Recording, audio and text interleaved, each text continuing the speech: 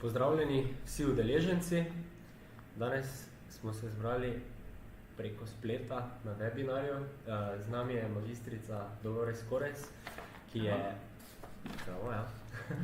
je pripravila priročnik za analizo merjenja družbenih učinkov in bova preko sproščenega intervjuja probala razložiti čim več tega priročnika. Vsa ostala gradiva pa bodo na voljo na spletni učilnici Sociolab po končanem webinarja. Še kaj, preden začnemo? Dajmo začeti, da vidimo, kam pridemo. Velja. Torej, v socialni ekonomiji se veliko govori o družbenih učinkih in celo o merjenju družbenih učinkov. Torej, o čem sploh govorimo? Ja, res je. V zadnjem obdobju, oziroma že kar nekaj časa se v okviru socialne ekonomije, pa še posebej pri socialnem podjetništvu ogromno govori o družbenih učinkih in tudi celo o merjenju družbenih učinkov. Zdaj, zakaj sploh gre? Če pogledamo malo zgodovino, lahko ugotovimo, da je sektor socialne ekonomije, socialne podjetništva se neprestano bori z dokazovanjem svojega dela. Kaj to pomeni? Recimo, socialna podjetja vse skozi trdijo, oziroma trdimo, da ne ustvarjamo samo finančnega dobička ali pa finančnega doprinosa, ampak da ustvarjamo veliko več. To veliko več je pa treba na nek način prikazati. In govorimo torej pri družbenih učinkov o prikazu družbene vrednosti, tistega, kaj je družbeno koristno. In ti razni obstoječi obrazci, ali pa bomo rekli merila za prikaz finančne vrednosti, kot so finančni poslovni izkazi ali pa bilance in podobno, enostavno te dodatne družbene vrednosti tega družbenega koristnega ne morejo zajeti. Čeprav vsaka bilanca, vsak poslovni izid ima s seboj tudi vedno neko pojasnilo teh finančnih rezultatov, pa vendar nekako se vedno ti finančni izkazi izpustijo tisti bistveni del, zakaj v bistvu socialna podjetja ali pa organizacije v socialni ekonomiji delujejo, to se pravi, da ustvarjajo nekaj več. To nekaj več je lahko družbeno koristno tako v okviru neke družbe, v okviru nekega okolja, v naravi, ali pa govorimo o nekih tudi dodatnih učinkih ali vplivih v nekem gospodarstvu ali pa v ekonomskem okolju. Se pravi, spreminjamo neke, recimo temu, družbene okoliščine. Zdaj, ko so socialna podjetja oziroma te organizacije, ki delujejo v socialni ekonomiji, se začele s tem ukvarjati, so predvsem hotele ne samo, deležnikom oziroma vsem v okolju, v katerem delujejo, dokazati, da so dobri in da delajo nekaj več, kot samo ustvarjajo finančni dobiček. In v bistvu so morali njim prikazati, ampak hkrati pa tudi, recimo, se ta sektor ves ta čas sooča kar z nekimi izzivi, z mnogimi izzivi, in eden izmed teh izzivov je pa tudi pridobivanje financ. Zdaj, ko govorim o pridobivanju financ, so to lahko ali investitorji, lahko so veliki zasebni investitorji, ki jih mogoče v slovenskem prostoru niti ne poznamo tako, je pa to zelo razširjeno in vedno bolj poudarjeno v Veliki Britaniji in pa zdaj centralno vzhodna Evropa tudi vse bolj pridobiva te klasične investicije. Potem imamo naslednji investitorji, so lahko tudi financerji kot v obliki kakšne banka, ki da posojilo, ali pa čisto država, ki razpiše določen razpis in želi potem imeti neko poročilo o družbenih učinkih. No in seveda, rekla, predvsem investitorji v Veliki Britaniji so od nekdaj želeli imeti nek dokaz. Socialna podjetja so vse skozi govorila, mi ustvarjamo družbeno dobro, mi ustvarjamo več kot zgolj pozitivno finančno bilanco, in oni so potem rekli, v redu, ampak kako bi pa mi zdaj to prikazali? Kako bomo pa mi zdaj to dokazali, da vi ustvarjate nekaj več in hkrati, da potem v bistvu upravičimo našo investicijo v ta podjetja. Zdaj mi se moramo zavedati, da takoj, ko govorimo o financerjih, vsak investitor, vsak financer bo želel najprej povrniti v finančne investicije. Če pa to kaj več, bo pa seveda še toliko lažje, z velikim veseljem potem tudi financiral. In s tem so se začele v bistvu razvijati različne metodologije. In danes poznamo več teh metodologij, ampak tisto, kar je pa recimo, če pogledamo zdaj tujino pa slovenski prostor, malenkost problematično je pa to, na kak način v bistvu mi to prevajamo oziroma na kak način povzemamo. V Sloveniji namreč govorimo o merjenju in ugotavljanju družbenih učinkov. V tujini govorijo o measurement of social impact, ki je pa v bistvu vpliv. Se pravi, je en korak naprej, ni samo ugotavljanje družbenih učinkov, ampak govorimo že o merjenju družbenih vplivov. In tudi pri teh raznih metodologijah, potem pride do kar enih takih terminoloških problemov, ki pa mislim, da smo jih tudi v okviru pripravljenega priročnika nekako poskušali odpraviti, ali pa upajmo, da bo vsaj potem koristno oziroma dovolj jasno za tiste, ki se bodo podali na pripravo teh analiz. Hvala. Torej, v odgovoru ste omenili veliko različnih izrazov, tudi angleških. Torej, samo hiter primer tega, o čem točno govorimo, mogoče bo lažje. Ja, sigurno je. Najlažje je sicer na primerih govoriti, ampak res je pri tej terminologiji treba kar nekaj stvari pojasniti. Jaz sem sicer zdaj začela na koncu, ko sem rekla družbeni učinek, da se v bistvu social impact prevaja v slovenščino kot družbeni učinek namesto družbeni vpliv. Ampak v bistvu nastane težava že skoraj da na samem začetku. Če govorimo na začetku o nekih virih, sources, resources, to je še ok, to še znamo vsi, razumemo, zakaj se gre. Prva težava pa nastane pri tako imenovanih outputih. Output v okviru družbenih učinkov razlagamo kot rezultati, vendar pa operativni program slovenski za črpanje evropskih sredstev prevaja outpute kot učinke. In zdaj, recimo, če imamo že kot output, kot učinek, kaj potem je outcome, kaj šele potem impact. In tukaj se je znotraj terminologije se je pojavilo kar veliko vprašanj, kako zdaj na tak način to prevajati, da ne bo prišlo do zmede, recimo ne samo znotraj tega projekta, ampak tako nasplošno, pač ljudje, ki želijo uporabljati oziroma se soočati s to, se pravi, ki želijo delati, meriti svoje družbene učinke, da ne bo prihajalo do zmede. Zato se pogosto še kar najraje uporabljamo te angleške izraze, se pravi, bistveni so output, outcome pa impact. Čeprav meni to ni najbolj pri srcu, moram priznati, da rajše uporabljam slovenske izraze, ampak recimo v priročniku in zdaj trenutno za potrebe tega projekta smo se dogovorili, se pravi, to je naš interni dogovor, da bomo pač outpute še vedno prevajali kot učinke, ampak samo učinke, neposredne učinke, potem outcomi pa bi naj bili kot družbeni učinki, medtem ko je potem impact vpliv. Zdaj, se pravi, najraje imamo, da še se ti angleški izrazi uporabljajo, pa potem ne prihaja do zmedenosti, pa tudi veliko krat tudi v ostalih dokumentih za potrebe poročanja se ohranjajo ti angleški izrazi, tako da pač tukaj mogoče je potrebno biti malo pozoren, da ne pride do kakšne zmede, ampak v bistvu gre pa za recimo proces je pa enak, se pravi tisto, kar zelo na kratko, zakaj gre. Gre za to, da določeni viri preko aktivnosti ustvarjajo določene outpute, ki imajo tudi nek širši pomen, širši vpliv na okolje, družbo ali na neko ekonomsko okoliščino in to je nek outcome, družbeni učinek, ki pa je lahko še širši oziroma traja dlje časa na širšo populacijo vpliva, recimo, kar je pa potem impact. Zdaj, polje še pride en kup enih izrazov, ki pa mogoče niso tako pomembni, recimo, ne vem, stakeholders se prevaja kot deležniki, tudi tukaj lahko pride do določenih, oziroma smo imeli zanimive razprave včasih, ali se lahko stakeholders sploh prevaja kot deležniki in ali obstaja v socialni ekonomiji deležniki, ali to obstaja zgolj in samo pri se pravi delniških družbah, se pravi deležniki velikih podjetij. Tako da to je to, potem pa recimo pri samem vplivu, ko računamo samo vpliv v samem procesu, ki ga bomo danes tudi malo pojasnili, kako gre, se pa še pojavi kup enih izrazov, ki jih tudi malo težje prevajamo, recimo kot je dead weight ali mrtva teža, ne? Kaj to zdaj sploh pomeni. Ne? Se pravi, to je tista zmanjšana vrednost zaradi vpliva drugih, recimo, ne? Ali pa attribution cost in tako naprej. Ampak mislim, da bo to lahko tudi kasneje pojasnila podrobno. Tako.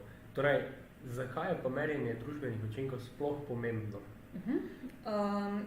Ja, zdaj prva stvar, ki je, ne, jaz sem jo že omenila. Ne, najprej začelo se je to v bistvu za financerje, ki so želeli videti, kakšna družbena vrednost se je v bistvu ustvarila, kakšna je širša zgodba za tem. Ne. Ampak ni pa to edina stvar. Jaz trdim in verjamem v to, da ko govorimo o merjenju družbenih učinkov, moramo predvsem pogledati, zakaj se mi odločamo za to analizo. Če analizo delamo predvsem zato, ker to zahtevajo od nas financerji, mislim, da smo v bistvu popolnoma zgrešili. Merjenje družbenih učinkov je pomembno predvsem za organizacijo samo. Zakaj? Zaradi tega, ker nam v bistvu pokaže zelo jasno, kje smo. To pomeni, da lahko nam pomaga potem pri samih strateških odločitvah, ne vem, kam bomo mi organizacijo peljali, kje smo, kaj moramo spremeniti. Ne vem, tudi pomaga lahko organizaciji identificirati same vire, ki jih potrebuje za izvedbo svojih aktivnosti. Organizacija, ki ve, kje je, kakšne učinke dosega, tudi zelo lažje komunicira te stvari za svojo okolico, v bistvu kateri je ta aktivnost oziroma celotno delovanje organizacije tudi namenjeno. In s tem, ko se povezuje z okoljem, zelo verjetno dosega tudi večje družbene učinke oziroma z povečanim sodelovanjem lahko tudi vpliva na nekaj, kar morda sploh v začetku ni predvidela. Ne? Poudarjeno ima svoje cilje, svoje namene. V glavnem to je v bistvu, v prvi vrsti bi to morala biti analiza, ki je namenjena organizaciji sami, potem pa ostalim deležnikom, ki so vpleteni. Zdaj, deležniki so v bistvu vsi ali osebe ali organizacije, ki so na kakršnikoli način povezani z organizacijo. Ne? To smo financerje sem že velikokrat omenila. Ne? Zelo pomembni deležniki so seveda neka ciljna skupina, neposredni uporabniki naših aktivnosti. Potem je lahko to neka lokalna skupnost, v okviru katere mi izvajamo te aktivnosti. Lahko je to v bistvu cela država, lahko je to Evropa, lahko je to, ne vem, lahko so invalidi. Ne? Zelo različne ciljne skupine imamo in oni so zelo pomembni seveda pri izvajanju teh aktivnosti. Ne? Tisto, kar dostikrat pozabimo pri merjenju družbenih učinkov, je, da lahko zelo, zelo veliko pripomore to k boljšemu vodenju organizacije. Ne? Seveda pa je predpogoj za to, da je analiza upravljena zelo korektno in samokritično, hkrati pa tudi v sodelovanju z nevtralnimi osebami, ki niso rekla, čisto direktno vpete v delovanje organizacije ali pa samega projekta. Se pravi, če povzamem, merjenje družbenih učinkov je pomembno za organizacijo, posredno pa tudi za vse te deležnike, dajmo reči na koncu, tudi za financerje, ne? Čeprav verjetno bo pobuda o merjenju družbenih učinkov prišla prav najprej z njihove strani. Ja, razumljivo. Ja. No, sedaj pa malo konkretneje, kako sploh merimo družbene učinke? Zdaj, obstaja ogromno metodologij. Ne vem, najbolj poznana verjetno je tako imenovana SROI, to je Social Return on Investment, ki smo jo tudi delno uporabili v pripravljeni metodologiji oziroma v priročniku. Obstaja pa tudi druge, recimo ena je SIMPLE, to je Social Impact Measurement of Local Economies, potem je Social Impact Assessment, Outcome Mapping, ki se upravičujem, ker sem angliške izraze uporabljam, pa dejansko to so metodologije, ki so se razvile v tujini, predvsem v angleškem prostoru.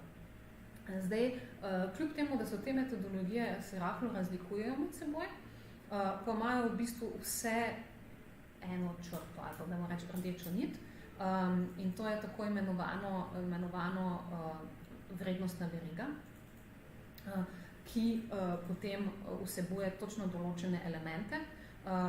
Zelo na kratko, kot smo že prej rekli, ne? Ampak če ponovimo, obdela neke vire, obdela neko aktivnost, obdela deležnike oziroma ciljno skupino, obdela outpute, outcome in potem impact. Zdaj, razlika pri teh metodologijah je ta, da različne metodologije se v različnih stopnjah ustavljajo. Predvsem je dostikrat razlika v tem, da kje se ustavijo je pri družbenih učinkih in ne grejo potem v merjenje družbenih vplivov. Druga razlika, ki je pogosta, je pa ta, da recimo se odločijo, da bodo samo opisali, se pravi, bodo naredili kvalitativno analizo učinkov, ne bojo jih pa šli vrednotiti, finančno vrednotiti, kar pa potem lahko rečemo, da v bistvu več ni merjenja, ampak je v bistvu samo neka evalvacija. Zdaj, družbeni učinki se tudi, se pravi, bom rekla, na začetku je se tudi treba odločiti, na kak način se bo to merjeno. Imamo pa različne pristope k temu. Dva ključna sta. Eden je, ali bomo merili družbene učinke od spodaj navzgor ali od zgoraj navzdol. Na to se lahko tudi malo navežemo na prejšnje besede, ko smo govorili o tem, kako financerji v bistvu želijo imeti prikaz te družbene vrednosti. Ko oni rečejo, mi želimo, da vi dokažete, ali ste dosegli določene družbene učinke, to je sigurno od zgoraj navzdol, ker to v bistvu zadovoljuješ želje nekoga drugega. V to smer recimo gre tudi predlog Ministrstva za gospodarstvo Slovenije, da bi socialna podjetja zagotavljala neke standarde, ki se bi razvili, oziroma bi k temu težili. Od spodaj navzgor pa v bistvu pomeni, da si organizacija sama določi te cilje. Se pravi, organizacija sama ve, zakaj je ustvarjena in kaj želi doseči, in če to ve, potem si mora tudi neke svoje cilje zastaviti. In spremljanje teh ciljev je seveda smiselno, kot smo že prej rekli, iz različnih razlogov in verjetno tudi bolj koristno. Ne samo za organizacijo, ampak za neki iskren pogled v delovanje, pa tudi potem na koncu za tiste, ki želijo imeti to vrstna poročila.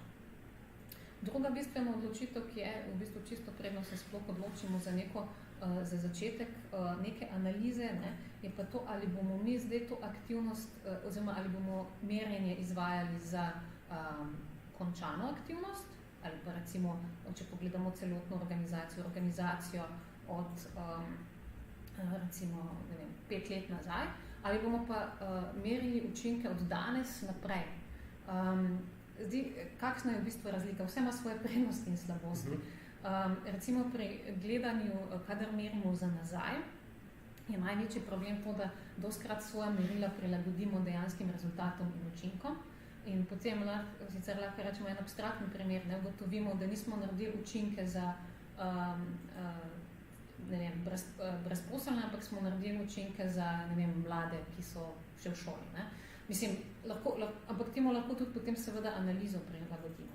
Slaba stran, kadar delamo nazaj, je tudi to, da se dostikrat soočamo s pomanjkanjem virov.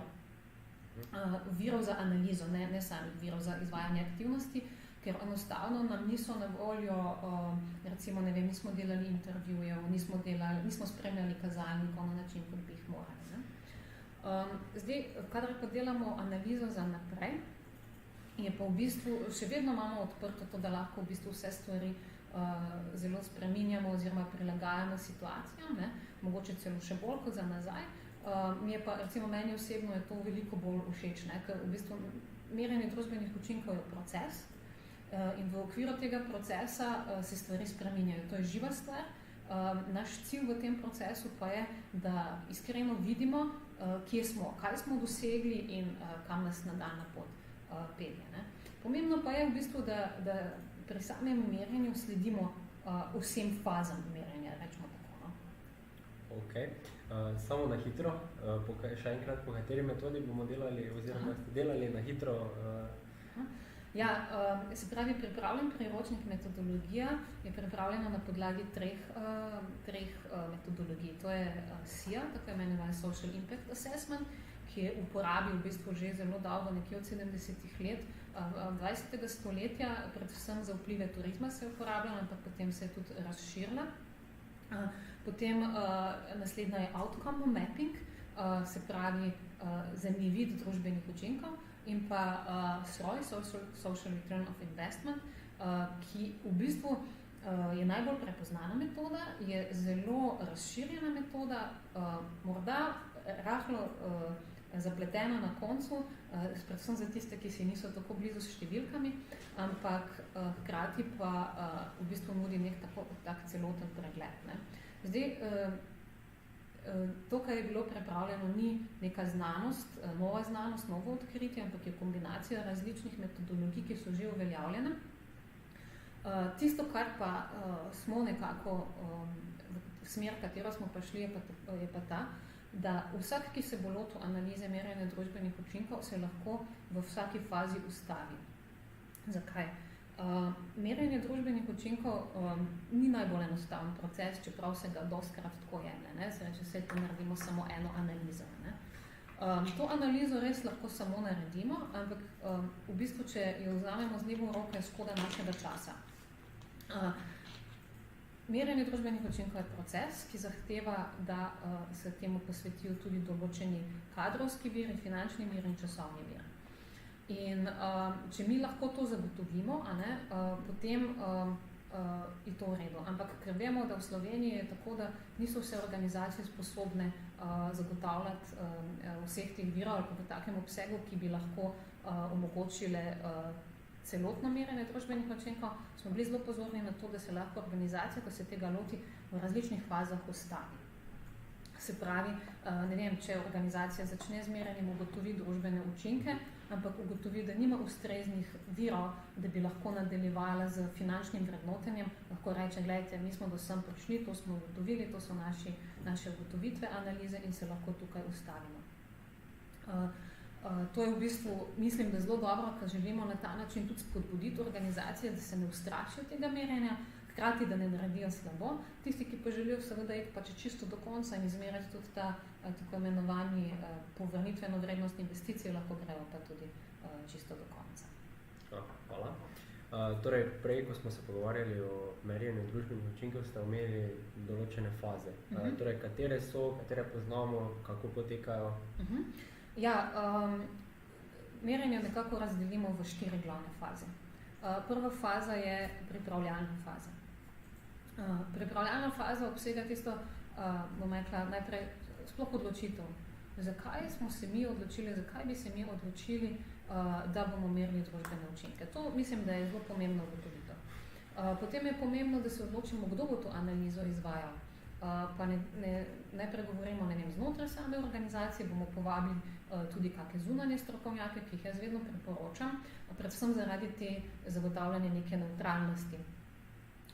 Potem se moramo odločiti, kdaj bomo to analizo opravljali. Ne?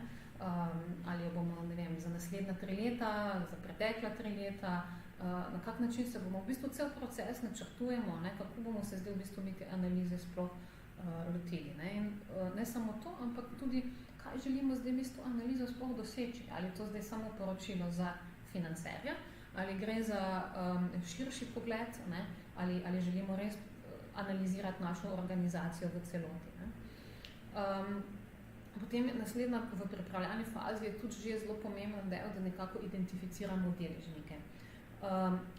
Deležniki ponavadi rečemo, ok, deležniki so pač tista ciljna skupina, ampak deležnikov je ponavadi ogromno in veliko več, kot si na prvi pogled zamislimo. Ne? Če čisto pogledamo, recimo, če govorimo na primer o zaposlitvi neke dolgo brezposelne osebe, ta oseba dobi, ne vem, službo, lahko rečemo, ok, dosegli smo s tem svoj cilj, smo output, potem pa v bistvu pogledamo, kakšen je dolgoročen vpliv bil na njega oziroma kakšni so družbeni učinki, ne, na to osebo, ampak v tej fazi se pa tukaj začnejo v bistvu deležniki zelo širiti. Ni več samo ta brezposelna oseba, ampak je, ne vem, družina, je okolje te osebe, v kateri deluje, ne, je mogoče celotna regija, če govorimo o večjem številu. Ne.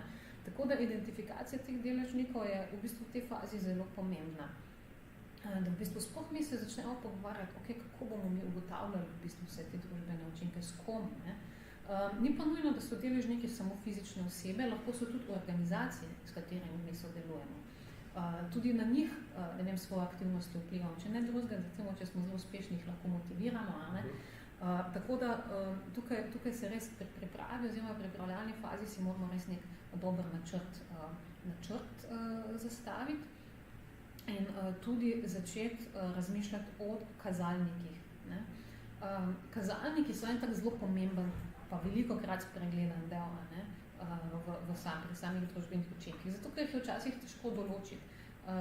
Pri outputih, ne, to ni nek problem. Ne. Če rečemo, da bomo zaposlili 10 oseb, vemo, številka 10 je 10. Ne. Ampak, ko pa mi govorimo, ne vem, kakšen vpliv je pri tem novo zaposlenih osebah na duševno zdravje, če je to naš cilj bil, ne, da se recimo izboljša duševno zdravje, je pa te stvari že kar težko opredeljevati, ne, oziroma tudi določiti, kateri kazalniki so tukaj pomembni. Je pa zanimivo pri teh kazalnikih, jaz menim, da je najboljše, če si kazalnike seveda sami določimo, ko sami najboljše vemo, kaj želimo doseči. Lahko pa si na različnih spletnih straneh, predvsem angleških, kupite kazalnike. Tako da v bistvu imate spletne strani, ki imajo, ne vem, za točno določeno področje na voljo kazalnike in se v bistvu lahko na ta način tudi pomagamo. Ne.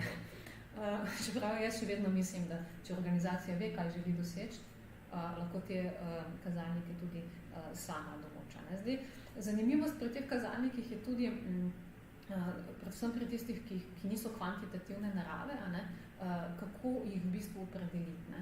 In to pa potem v bistvu se začne nekako v drugi fazi, ko s tem, ko mi začnemo postavljati kazalnike, nekako že prestopamo, bom rekla, v eno drugo fazo, ki pa pomeni faze zbiranja in povezovanja podatkov. Ne.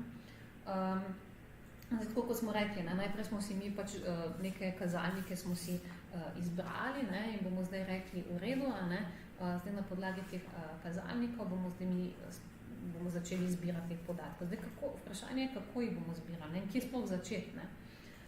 Pri analizi družbenih učinkov je najprej treba začeti pri samih deležnikih, ki smo jih že zdaj omenili, a ne, ugotoviti, kdo so ti deležniki in na kakšen način bodo sodelovali v sami analizi. Ne. Ali jih bomo zdaj vpletli preko intervjujev, ali bomo samo opazovali, kako jih bomo opazovali. V bistvu tukaj je treba celo analizo narediti, na kak način se bo te osebe ali organizacije, kako bodo vpletene v potek celotne metodologije. Ne.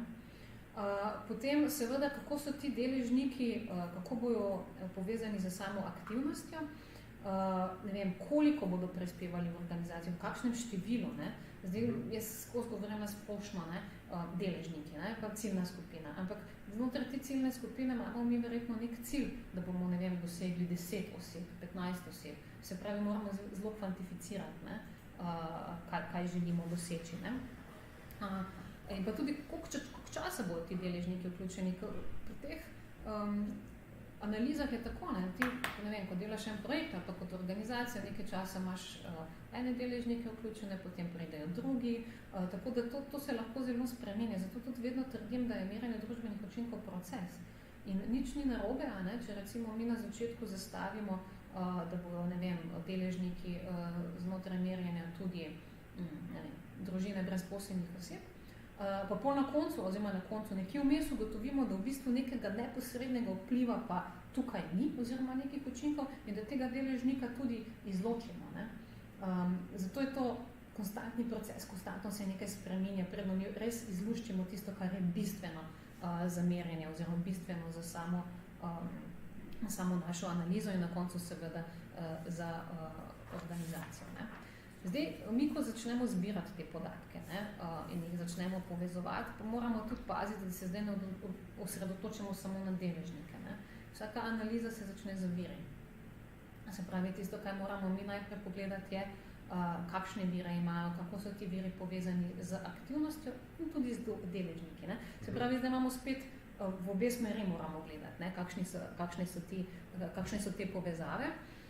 Potem, ko imamo te vire, ne, pogledamo, kakšne aktivnosti so spet omogočili, ne, in spet te aktivnosti, kako so z deležniki. V bistvu rečemo tako, no, deležniki so en tak steber, na katerem se vse navezuje. Ne.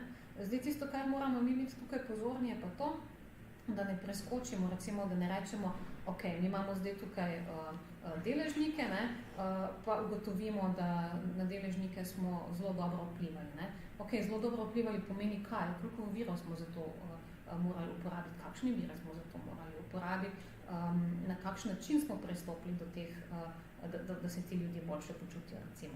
To je zdaj zelo tak splošen opis. Pri samem konkretnem mirenju mora biti pa te zadeve zelo detaljno opredeljene, če želimo seveda imeti neke dobre rezultate. Ne? In zdaj, recimo, ko pridemo mi do teh outputov, neposrednih učinkov, ko se je nekaj zgodilo, neka aktivnost je dala neke konkretne stvari, tukaj je v bistvu stvar precej enostavno, tudi te outpute finančno ovrednotiti. Če imamo mi, ne vem, če se odločimo, da bomo 10 ljudi zaposlili, mi točno vemo, zato smo vložili, ne vem, 1000 evrov, ker imajo ti ljudje službo, bojo zaslužili 10 000 evrov. Se pravi, to je finančno ovrednotenje tega vira. Večji problem se začne takrat, ko govorimo o stvarih, kot je recimo čas. Čas je lahko kot vir, je lahko pa tudi, ne vem, v končni fazi ciljne skupine lahko omogočiš tudi, da ima zaradi tega več prostega časa, ko si uvedel neko tehnologijo. Zdaj to finančno opredeliti je pa že malo težje. Ampak tukaj se lahko pomagamo v bistvu z različnimi bazami podatkov. Zdaj v Evropi obstaja podatkov, koliko želimo, na kakršnih koli področjih si zamislimo. Če vzamemo recimo, ne vem, kot vir ali pa kot nek output, čas, recimo kot vir, vložen čas prostovoljca, lahko mi potem pogledamo, recimo čisto naredimo primerjavo. Ok, vloženih je bilo 10 prostovoljskih ur, te prostovoljske ure so vredne ravno toliko, kot bi bile vredne nekega zaposlenega v tej organizaciji. Sicer, vem, tega se v finančni bilanci ne bo nikjer videlo, ker ne moramo tega opredeliti. V analizi družbenih učinkov pa to lahko opredelimo. In potem je enako pri samih outputih. Potem, ko pa pridemo do teh outputov, pridemo pa tudi potem do teh slavnih družbenih učinkov ali outcomov. To so lahko tudi rezultati. Ali rezultati, ja. Ali rezultati, ok. Tako, ja. Sem prav razumel. Ja, pravilno, hvala. Okay. Ali rezultati. In tukaj pa moramo zdaj seveda malo širše pogledati. Ne se vprašati sam zdaj, ali je ta oseba zaposlena ali ne, ampak kakšen vpliv na to osebo in ta zaposlitev imela. Zdaj tisto, kar se recimo dostikrat zgodi in kaj se spregleda, je, mi ugotovimo, ta oseba se pa zdaj, ne vem, dobro počuti ali pa rečemo, boljše funkcionira v družini, se tukaj ostavimo, imamo en družbeni učinek in je to. In tisto, kar moramo tukaj narediti, je ugotavljati različne družbene učinke za vsak posamezen rezultat. Zakaj? Ugotovili, ne vem, lahko najlažje na kakih primerih povem, ampak recimo, če govorimo o aktivnostih za starejše. Ne vem, izvajamo telovadbo za starejše, občane v neki lokalni skupnosti. Zdaj, ne vem, sigurno prvi output bomo, ok, te osebe se zdaj gibajo. Zdaj, kaj je družbeni učinek oziroma rezultat, je, da so te osebe recimo veliko bolj aktivne zaradi tega, ker so bolj aktivne, ne vem, se je pokazalo, da ne obiskujejo toliko zdravnika. Zdaj, ker ne obiskujejo toliko zdravnika, so več doma, pa preživijo več prostega časa s svojimi vnuki, ker so z vnuki, pomeni, da starši njihovi ne rabijo najeti varušk in tako naprej in tako naprej. Se pravi, tisto, kar je pomembno, zdaj smo ugotovili iz enega outputa in nastala kar cela vrsta nekih družbenih učinkov. Verižni učinki. Verižni učinki, tako. Okay. In tisto, kar je zdaj pri analizi pomembno, je pa, da vklopimo razumno, s tem rečem. Nemogoče je, oziroma mislim, da ni smiselno, da mi zdaj začnemo vsak ta družbeni učinek analizirati podrobno. Moramo se jih zavedati, ampak izbrati moramo pa tiste, ki so nam najbolj pomembni. Zdaj se lahko vrnemo po tem trenutku spet, kaj je cilj naše organizacije.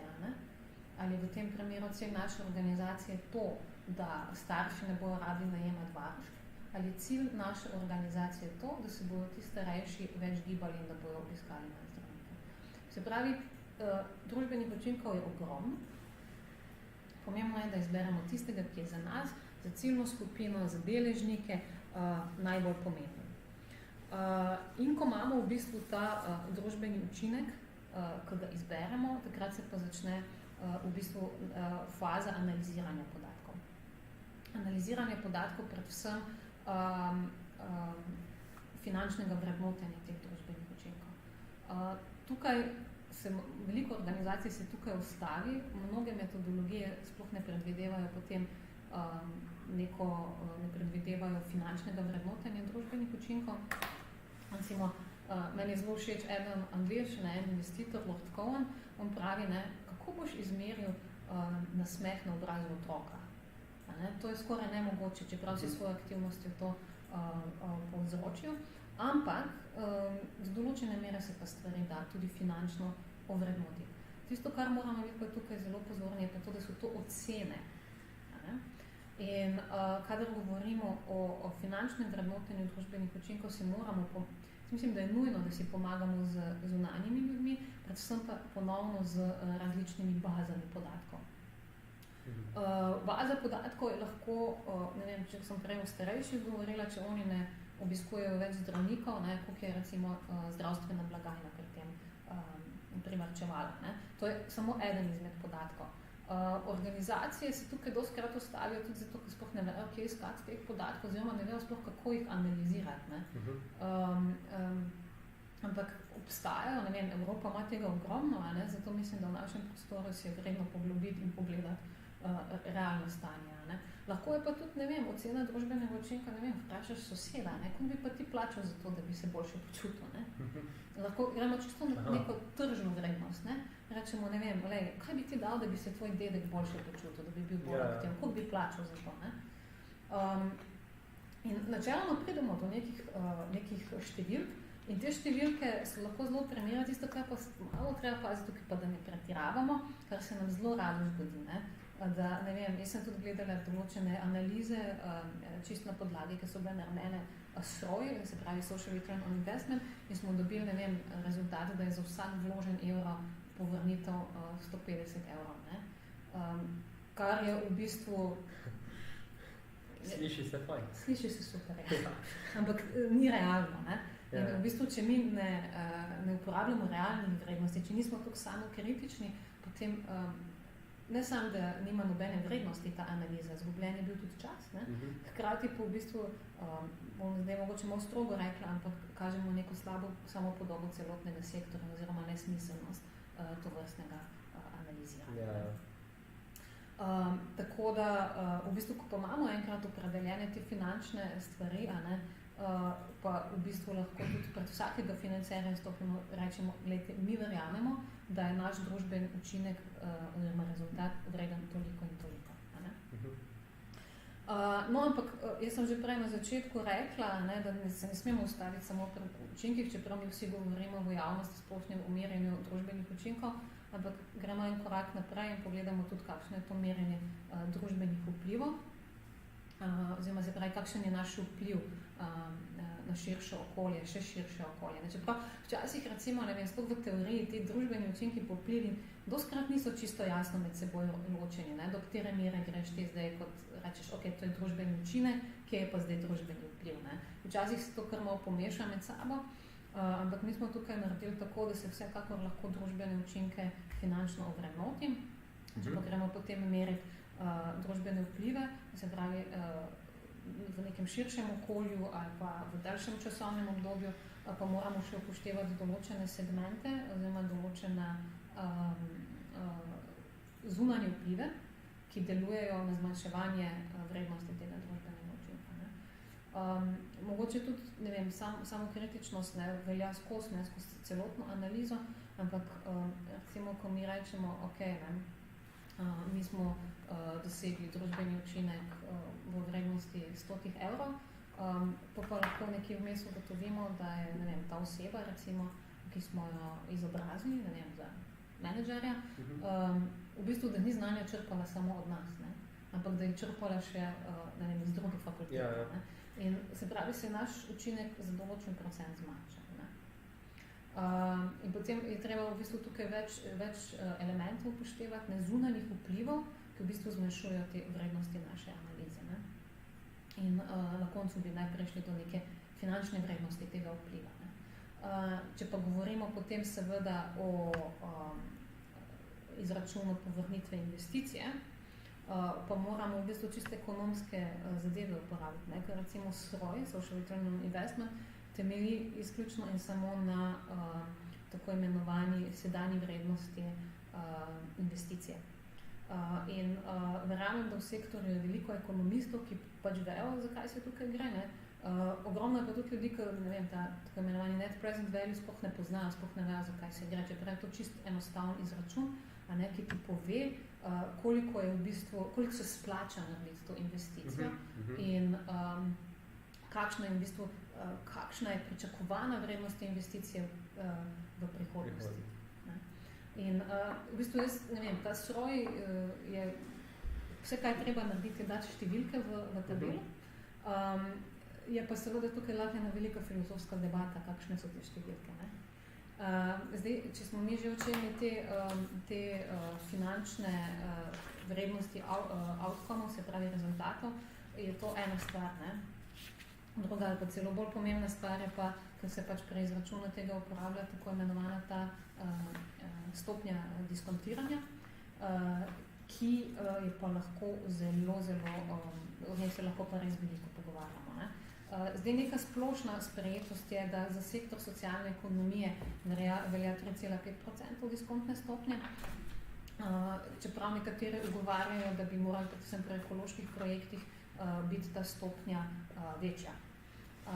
Tako da, ne vem, mi smo v pripravi priročnika se zaenkrat držali tega 3,5% diskontne stopnje, seveda pa so stvari odprte za prihodnost, oziroma upam, da tudi kdaj predmet širše debate, kjer bi se dalo te stvari bolj konkretno opredeliti.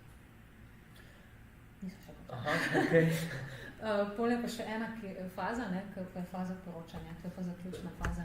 Zdaj, če imamo mi tukaj en kup nekih podatkov, ogromno analize, veliko časa smo za to postavili, kaj bomo zdaj vsem tem naredili.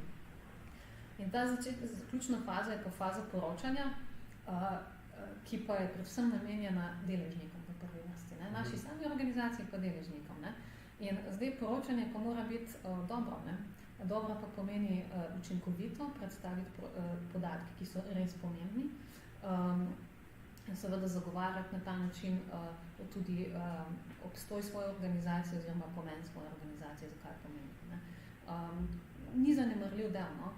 Čeprav se največ časa porabi v prvih 3 fazah, pa mislim, da je tisto, da dobro predstavimo svoje rezultate, pa tudi ključnega pomena potem za naše deležnike.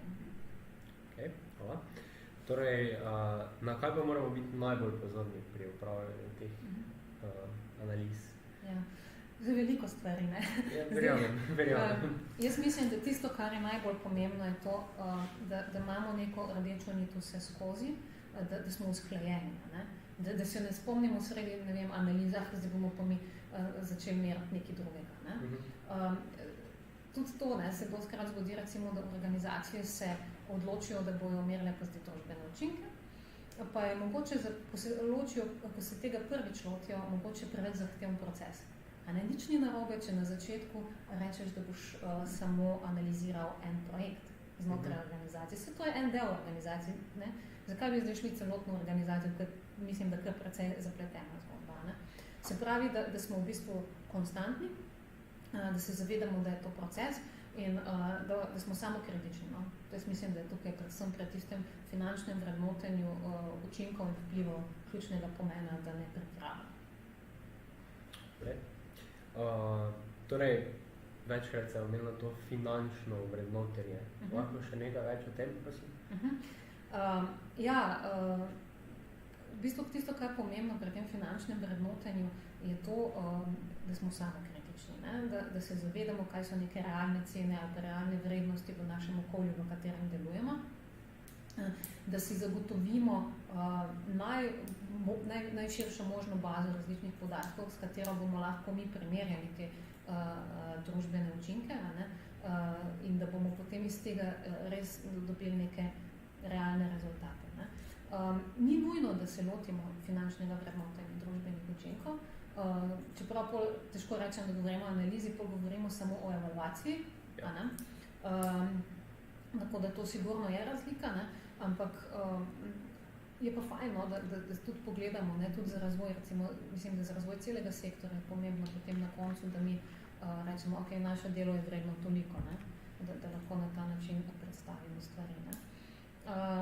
Zelo dobro se je tudi povezati z nekom, ki recimo je strokovnjak na določene področje, ali na evaluacijskem, ali pa tudi na nekem finančnem. Ne. Tudi pri recimo čisto izračunu te finančne vrednosti povrnitve investicije. Včasih, ne vem, jaz sem dostikrat naletela na ljudi, ki pač niso razumeli, zakaj sploh gre, ker se sliši dobro, sliši se čudovito. Ne govorimo o nekih povrnitvah investicije, pa v bistvu ne vemo, kaj je tukaj zadaj, ne? Na kak način prideš do teh rezultatov. Ne? In ti rezultati so res pač rezultat neke formule, ampak še vedno treba je dati pravi številke v formulo, drugače ne pridemo do samih rezultatov. Ne?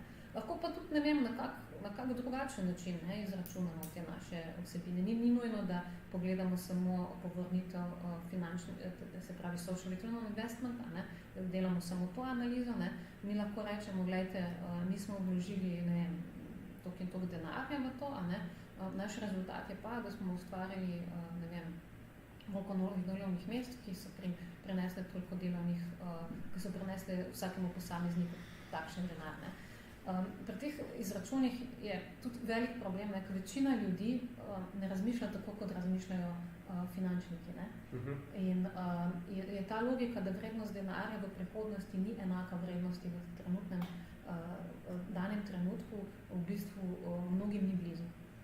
Ne? In je potem včasih tu se kar nekaj zapleti čudni naredijo. Ampak v redu, naš namen je, da vseeno na končni fazi ovrednotimo te stvari, finančno ovrednotimo jih tudi dokažemo financerjem, recimo, da je vredno, da so njihove investicije v sektor res vredne svojega denarja in še česa drugega. Torej, objektivnost, samokritičnost, pa v bistvu je to finančno ovrednotenje nam prinese nek točni rezultat, torej, kaj lahko mi ponudimo financerju. Zagotovo, a ne? Mislim, pač, mi moramo vedeti, da financerji bodo vedno gledati stvari skozi številke in brez tega ne gre. Ne? Sicer imamo posameznike, ki so tudi, ne vem, empatični in bodo razumeli določene stvari, ampak na koncu je treba pogledati stvari skozi številke in če jim znamo svojo ustvarjeno družbeno vrednost prikazati skozi številke, ki jim bodo tudi oni verjeli, a ne? To je ravno to, kar sem prej rekla. Ne? Če bomo mi pretiravali, da ne bodo verjeli in da bodo tudi imeli potem nekega zaupanja v nas ali v sektor, a ne? In to sigurno pot k temu, tudi da se te investicije na najrazličnejše oblike povečajo v samem sektorju. Ja. Upamo. Ja, upamo, ja. Upamo, ne? Okay, večkrat je bila tudi omenjena ta metoda SROI, oziroma SROI. Ja. Konkretno? Ja, mislim, to je najbolj uporabljena metoda v bistvu v zadnjem obdobju, kar se tiče merjenja družbenih učinkov. To je ena ogromna tabela v bistvu. Jaz sicer nisem pristaš teh ogromnih tabel, imam rajše ločene stvari, ki se mi zdijo, da so bolj pregledne. Ampak SROI ni samo ta, mislim, mi smo uporabili pri SROI predvsem ta zaključni del, a ne, čisto konkretne izračune pri sami metodologiji, ampak ni to samo to, no. SROI pomeni res opis celotnega procesa merjenja družbenih učinkov. In tudi mi moramo vedeti, a ne, da mogoče, kot sva prej rekla, ne, finančne številke so pomembne za financerje, za našo organizacijo, pa so pomembne tudi ostale ugotovitve, ki jih lahko potem kadarkoli v bistvu vnašamo v proces našega delovanja, organizacije, projekta, česarkoli. Ne. Zdaj, kaj več v metodi SROI, ne vem, težko razlagam, ko v bistvu, če pogledamo faze, metode so enake, zelo podobne temu, o čem smo že govorili. Načeloma vse metode nekako povzemajo iste faze, je pa res, da je to pač metoda, na katero se največkrat naleti in tudi vem, ko sem delala recimo z določenimi organizacijami, ko so poskušali delati to metodo, se je ogromno vprašanj vzpostavilo vmes, pa sploh ne pri financah, že predno so sploh prišli do samih finančnih izračunov. Ravno zaradi tega, ker so mogoče izpustili katero predhodno fazo oziroma je niso naredili tako temeljito, začne se pa pri sami pripravi oziroma odločitvi, zakaj bi to sploh delali. Tako da sicer pa, mislim, vsekako metoda, ki jo je vredno pogledati, vredno preštudirati in potem tudi uporabiti. Ne. Jaz vsekakor priporočam za uporabo ta priročnik, ko smo ga pripravili, ne, ampak organizacija se po končni fazi lahko sama odloči, kakšne metode bo uporabila za prikaz tega družbenih učinkov. Seveda, če niso obrazci ali pa metodologije predpisane strani financerja. To je potem, da to pa žal trenutno, vsaj zdaj v tem trenutku ne moramo vplivati. Ta metoda SROI, če sem prav razumel, omogoča tudi, da se ti ustaviš na določeni točki analize lahko. Tudi to lahko, je ta prednost tudi. Ja, tudi lahko. Ne. Sicer se pravim, ne, metoda SROI obsega vse. Ne. Mi smo recimo malo razdelili vseeno po fazah znotraj, ne, da lahko se tudi pri nas posod ustaviš. Ne. Tam pa je pač tako, ne, pa obrazca ne bo izpolnjenega, če se ustaviš vmes. Ne. Ampak jaz mislim, da je ključno, da se mi tem fazam sledimo, ne, in rečemo v prvi fazi, ok, to smo naredili, a ne, in ko pridemo, recimo, ne vem, ugotovimo, da pač ne zmoremo, ne znamo karkoli že finančno vrednoti, je tudi to v redu, a ne, smo šli korak. Mogoče bomo pa naslednjič, ne, ali pa ko bomo imeli zadostne vire, ne, ali kadrovske, finančne, kakršnekoli se bomo še tega lotili. Tako da ja, je pa ključno, da gremo postopno. Okay. Kdo pa lahko upravlja vse te analize konkretno? V bistvu, jaz pravim tako, analizo lahko izvaja vsaka usposobljena oseba. Usposobljena oseba predlaga vsekakor, da ima nekaj kilometrine za sabo, mogoče z sodelovanjem v nekih širši skupini pri merjenju družbenih učinkov. Vsekakor je fajn, da je ta skupina sestavljena iz kakšnih strokovnjakov z področja računovodstva, evalvacij, nekoga, ki se malo spozna recimo temu na številke ali pa zna opredeliti kazalnike recimo, ne. Če si jih ne kupi. Če se jih ne kupi. Ja. Vsekakor nikoli ne bi priporočala, da to dela samo ena oseba, vedno skupina, ne. Ker pač različne mnenja, različne stvari prenesejo in različne rezultate, outcome, outpute, kakorkoli že, ne. Tako da to se mi zdi res ključno, ne, da se posameznik ne loti tega, ker je omejen, ne, in tudi nima pregleda potem nad celotnim delovanjem.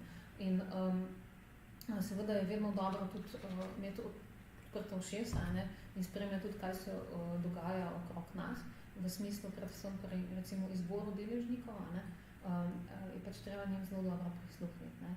Ni dovolj, recimo, ne vem, če se zmenimo, da bomo mi imeli, recimo, smo rekli, da bomo za starostnike delali, ne, pa bomo rekli, zdaj smo pa samo enega izbrali, pa bomo se samo z eno osebo pogovorili, ne, da vidimo zdaj, kakšni so učinki, to pač ni dovolj. Je treba vseeno vzeti en vzorec, ne, ki nam potem nekako jasno sliko, ne, prikaže. Zdaj pri samih vzorcih je pa tako, ne, to je pa treba biti spet malo, ne vem, pač neko logiko izbrati, ne. Če je naša ciljna skupina 10 oseb, dajmo se potruditi pa za vsemi 10 delati, ne. Če je naša ciljna skupina 10,000 ljudi, ne, moramo pač neko statistični primerljiv vzorec vzeti in pač obdelati tisto skupino. Ok, torej šli smo skozi faze, opravili smo analizo, kaj pa zdaj? Kaj lahko s tem vse storimo? Kaj nam to prinese? Sami organizaciji. Sami organizaciji, ja. Ja, v bistvu zdaj odvisno, za kaj delamo, ne, najprej, ne. Ampak predvsem, kar se tiče same organizacije, je najpomembnejše to, da je to neka samorefleksija. Zagotovo, če imamo sploh številke na koncu, lahko mi s tem pristopimo k različnim deležnikom, ki morda še sploh niso naši deležniki trenutno in predstavimo svoje delo in s tem tudi v bistvu promoviramo svojo organizacijo. Dokazujemo ustvarjeno družbeno dobro, a ne, in na ta način v bistvu zagotovimo, da ne vem, nove vire ali pa ne vem, delovanje naše organizacije tudi naprej. Mislim, da s tem tudi veliko doprinesemo k razvoju sektorja samega, no? Ker se še vedno borimo, to se bomo po moje še kar nekaj časa, ampak vseeno, da dokažemo, kaj smo ustvarili, ker to, ne vem, tako tudi nasplošno, ne samo za financerje, včasih je pač težko nekatere stvari dokazovati, a ne, in z eno tako analizo lahko sigurno veliko pripomoremo k temu. Tisto, kar pa je tudi pomembno, je pa, da se tukaj ne ustavimo, ne. Zdaj, če smo se že enkrat lotili tovrstnega procesa, ne, je zelo dobro, da, ne vem, to potem razširimo, ne vem, če smo začeli s projektom, da razširimo na celo organizacijo, Če delamo za celo organizacijo, začnemo ali se odločimo za nadaljnje obdobje, da bomo to delali. Hkrati pa tudi, da vidimo, kaj lahko spremenimo. Mogoče pa ni vse tako idealno, kot smo si zastavili. Tudi pri tem moramo biti samokritični. Velikokrat, sploh pri evropskih projektih, ko imaš recimo začrtano neko pot, narediš neke, dosežeš neke outpute, neke outcome, zagotovo jih, ampak vsak projekt, vsako delovanje organizacije je živa stvar. In tukaj lahko enih stvari se spreminja ves ta čas, in lahko vplivajo na ta konkretni projekt, ali pa tudi ne, ampak mogoče bo v prihodnosti, tako da vsekakor je smiselno imeti oči dobro odprte. Ok, torej zdaj pa še primeri dobrih praks. Ja, zdaj, tega je na spletu veliko. Na spletu lahko vidite najrazličnejša poročila o merjenju družbenih učinkov. Ogromno je tudi takih, ki nimajo finančnih izračunov. Zdaj, recimo, jaz sem največ našla recimo v Italiji, ki je zelo znana ta tako imenovana socialna bilanca, ki je v bistvu neke vrste poročilo o družbenih učinkih. Potem imamo, recimo, Velika Britanija ogromno dela na tem, tam so tudi te čisto finančni izračuni, tudi veliko primerov investiranja na podlagi teh analiz. Tega je res, ogromno. V slovenskem prostoru je tega manj, se najde. Jaz sem sicer osebno zelo kritična do nekaterih. Opravljenih analiz? Opravljenih analiz, predvsem zaradi tega, ker se mi zdi, da so enostavno narejene prehitro. Za potrebe, da pač rečemo, da smo naredili neko analizo družbenih učinkov in je to. In predvsem pri teh financah se mi zdi, da niso analize dovolj poglobljene. Ampak verjamem, da se bo to spremenilo, če se bomo pač lotili na pravi način oziroma pač korak po koraku. Tako da zdaj, da bi pa res izpostavila enega, ki bi rekla, ok, to je pa zelo dobro. Zagotovo se lahko pogledate na spletni strani Oxford Business School. Oni imajo nekaj zelo dobrih primerov, kako so v bistvu bili izračuni narejeni za merjenje družbenih učinkov. Sicer je res, da to je na bazi nekih ogromnih projektov, ki so potekali v Afriki, ampak kljub samo, je pa analiza zelo temeljita. Torej, konkretno izvemo, kakvi so bili družbeni učinki, finančna vrednost vse. Pa torej realno tudi, ker so bili verjetno objektivni. Upajmo. Okay. Tam so recimo, pač po mojem mnenju, včasih je malo težko gledati, ko govorimo o res ogromnih številkah, ampak so pa, mislim, da zelo realne analize narejene. Velika Britanija ima pač ogromno tega. To je en izmed problemov v Sloveniji, tudi, da so, ker so bile kao prehitro narejene, da tudi niso realnega stanja torej pokazale. Jaz mislim, da je tako. Pač vsaka organizacija si želi ustvariti čim več, čim boljše. In včasih je zato čim več, čim boljše samozavedeno. Ne vem, kakšen izraz bi našla. Malo te zavede to, da hočeš pa res dokazati, da res imaš nek vpliv na okolje in kako je to pomembno. In potem pridemo do nekih absurdnih številk, ki niso mogoče niti za gospodarstvo smiselni. Pač moramo vedeti, v kakšnem okolju delamo in temu primerljivo mora biti tudi številke, ki so kazalniki. Ok. Še kaj bolj konkretnega o metodologiji za naš projekt, torej za Sociolab? Mogoče samo to, vse neke faze, pa to smo vse razložili. Jaz bi res predlagala, da v bistvu tisti, ki se bodo lotili tega projekta merjenja družbenih učinkov, da grejo postopno, da uporabljajo pripravljene obrazce in da tudi vprašajo, če kaj ni jasno. Meni se zdi to ključnega pomena, da se vzpostavi ta komunikacija. Jaz mislim, da smo tukaj vedno tudi jaz pripravljena karkoli pomagati, razložiti, tudi sodelovati pri taki analizi, na ta način, da se stvari res potem na koncu dobro narejene. Ok. Še kak drug primer, kje se lahko naučimo več o merjenju družbenih učinkov? Splet ima ogromno literature, včasih se pa lahko človek tudi znotraj te literature malo zgubi. Jaz bi priporočala vsekakor, da se uporablja dodatna literatura in vse, kar je na voljo v okviru projekta Sociolab. Na spletni strani je to vse dosegljivo, v učilnici bodo vsa gradiva dosegljiva. Tako da to zagotovo je nesmiselno tudi pogledati, seveda to metodologijo. Tisti, če boste vse tisto literaturo prebrali, kaj je tam, boste se v bistvu že ogromno naučili. Torej, to je za vas.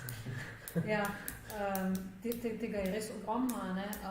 Je pa dobro pogledati malo tudi, kako drugi razmišljajo, na kakšen način, kakšne so vsebine. Tudi dobri primeri so tam nekateri navedeni, pa tudi malo filozofskega razmišljanja, v bistvu, do katere mere je to smiselno, do katere ni in katere podatke je smiselno uporabiti. Ja, da se ne izgubimo v prevelikem obsegu, pa si napačno zastavimo. Tako, zagotovo.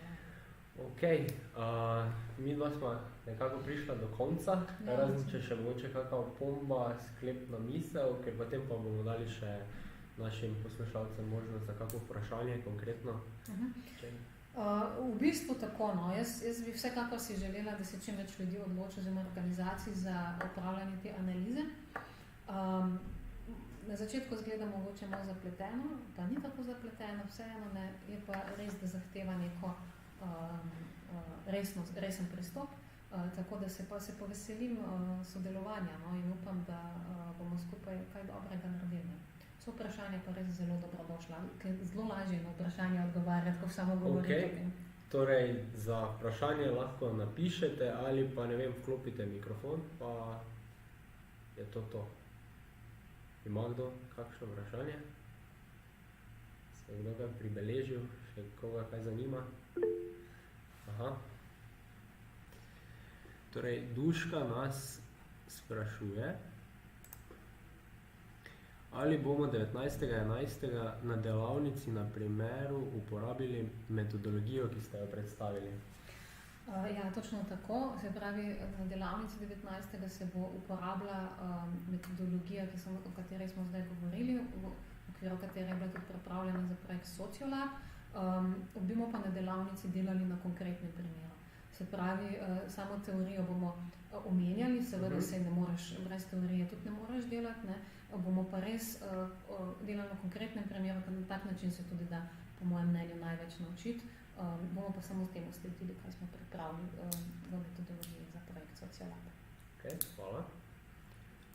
Še kakšno vprašanje mogoče, ker drugače bomo počasi zaključili. Ja, malo še samo počakajte, da naredimo eno sliko vseh pridruženih članov za potrebe projekta, verjetno. Ja, jaz bi mogoče samo še dodala, če lahko, da pač vsak feedback je zelo dobrodošel. Mogoče zdaj niso vprašanja, pa se bodo pojavila kasneje. Mogoče tudi ni bilo kaj jasno danes razloženo, pa bi radi vedeli kaj več. Tako da na vse te izzive so res dobrodošli. Jaz mislim, da lahko napredujemo zgolj tako, da se zadeve konkretno lotimo. Delavnice 19. se v bistvu že zelo veselim, komaj čakam na tiste, ki bo se polotili prvič tega merjenja družbenih učinkov. Ok, torej mislim, da vprašanj več ni. Torej, jaz se vam zelo lepo zahvaljujem, da ste prišli, da smo malo, kako bi rekel, osvetlili merjenje družbenih učinkov. Jaz sem veliko odnesla, se mi zdi res veliko, tako da hvala in se vidimo 19. delavnici. Hvala tudi vam, povsem za poslušanje današnjega klepeta. In se vidimo, se veselim. Čau.